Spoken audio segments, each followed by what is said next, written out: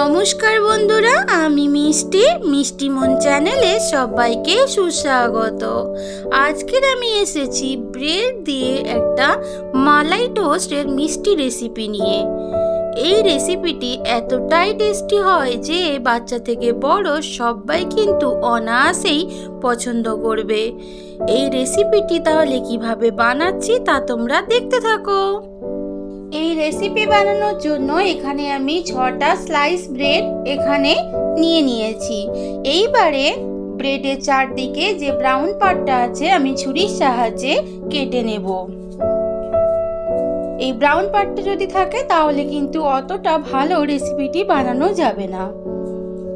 এইভাবে সমস্ত ব্রাউন পার্টটা আমি কেটে নিচ্ছি।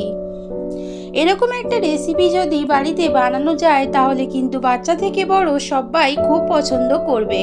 বাড়িতে যদি কোনো আত্মীয় আসে, খুব চটজলদি যদি মিষ্টির কোনো রেসিপির দরকার থাকে, এরকম একটা রেসিপি কিন্তু সহজেই বাড়িতে বানিয়ে নিতে পারো। এবার আমি ব্রেডটাকে এইভাবে কেটে নিয়ে আমি 4 পিস করে কেটে নেব। গ্যাসের মধ্যে কড়াই বসিয়ে দিয়ে বেশ কিছুটা সাদা তেল আমি এখানে দিয়ে দিয়েছি। সাদা তেলটা এবার গরম হয়ে যাওয়ার পরে এবার স্লাইস ব্রেডগুলো থেকে যে আমি 4 পিস করে কেটে নিয়েছিলাম ওই ব্রেডের পিসগুলো এবার তেলের মধ্যে আমি দিয়ে হালকা করে ভেজে নেব। এই সময় গ্যাসের ভলিউমটা মিডিয়াম টু লোতে রাখতে হবে, নাহলে ব্রেডের টুকরোগুলো কিন্তু খুব সহজেই পুড়ে যাওয়ার সম্ভাবনা থাকে। তার জন্য সমস্ত ব্রেডের পিসগুলো এবার তেলের মধ্যে দিয়ে দিচ্ছি।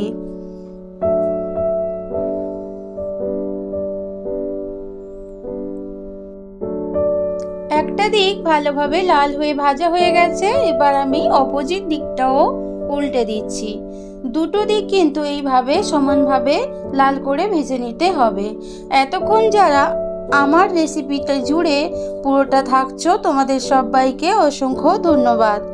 এইভাবে সব সময় তোমরা আমার পাশে থেকো।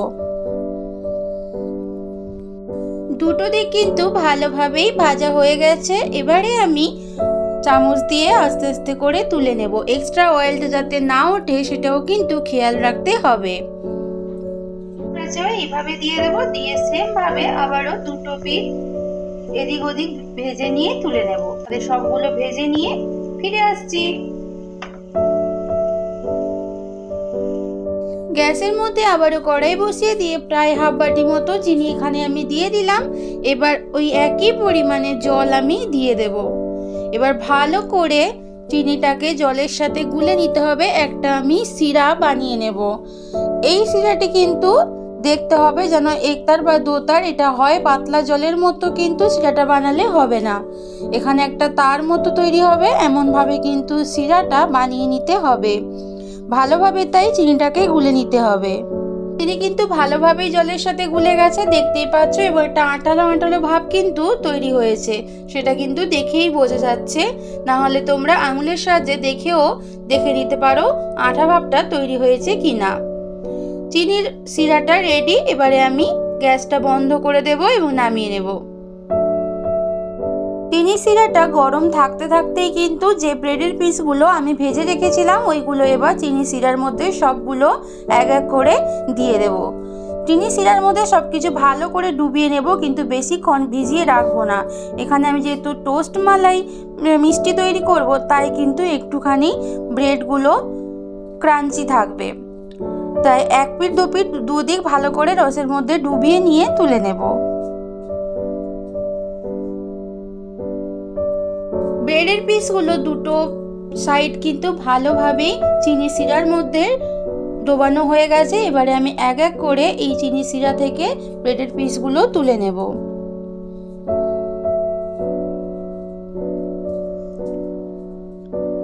আমার আজকের এই রেসিপি যদি তোমাদের ভালো লাগে একটা লাইক করে এবং সুন্দর কমেন্ট করে জানিও তোমাদের কেমন লাগলো। গ্যাসের মধ্যে আবার একটা প্যান বসিয়ে দিয়ে এখানে আমি প্রায় 1 বাটি মতো দুধ এখানে দিয়ে দিয়েছি। দিয়ে ভালো করে এবার আমি দুধটা জাল করে নেব। দুধটা কিন্তু ভালোভাবেই জাল দেওয়া হয়ে গেছে, দেখতেই পাচ্ছ সুন্দরভাবে ফুটে উঠেছে। যেহেতু আমি এটা মালাই টোস্ট মিষ্টি বানাবো তাই জন্য মালাই তৈরি করতে হবে। তার জন্য লিকুইড দুধের মধ্যে এবারে আমি একটা গুঁড়ো দুধের প্যাকেট ওটা আমি দিয়ে দিয়েছি, দিয়ে ভালো করে লিকুইড দুধটার সাথে গুঁড়ো দুধটা ভালোভাবে মিশিয়ে নিচ্ছি। এমনভাবে মেশানোতে হবে যাতে কোনো লাম্প না থাকে, সমস্ত গুঁড়ো দুধগুলো ভালোভাবে মিশে যায়। গুঁড়ো দুধটা লিকুইড দুধের সাথে ভালোভাবে মিশে গেছে এবং অনেকটাই দুধটা জাল দেওয়া হয়ে গেছে। দেখতেই পাচ্ছ ক্ষীরটা কিন্তু ভালোভাবেই বানানো হয়ে গেছে। যার যতটা পরিমাণ বানানো দরকার সে তেমনই তৈরি করো। এবারে আমি নামিয়ে নেব।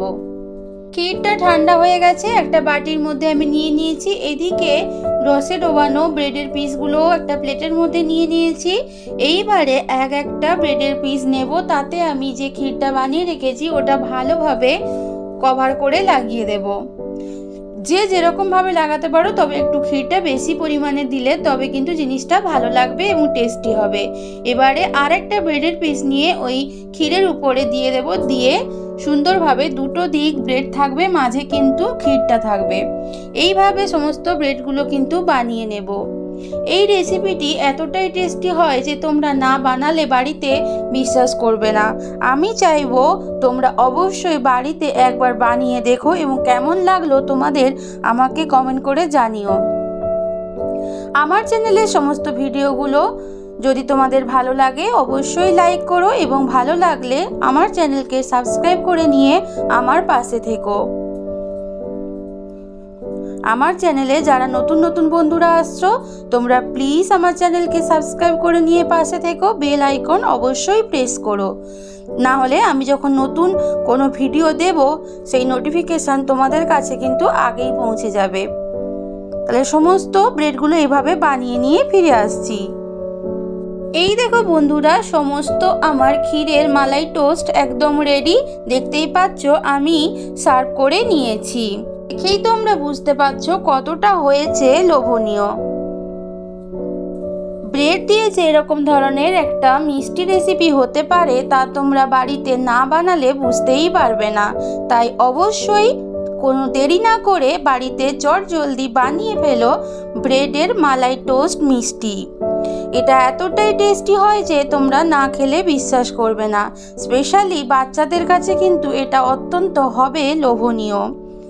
আমার আজকের এই রেসিপি যদি তোমাদের ভালো লাগে অবশ্যই একটা লাইক করো এবং সুন্দর একটা কমেন্ট করে জানিও কেমন লাগলো, এবং বেশি ভালো লাগলে নিজের আত্মীয় স্বজন বন্ধুদের মধ্যে শেয়ার করে দিও।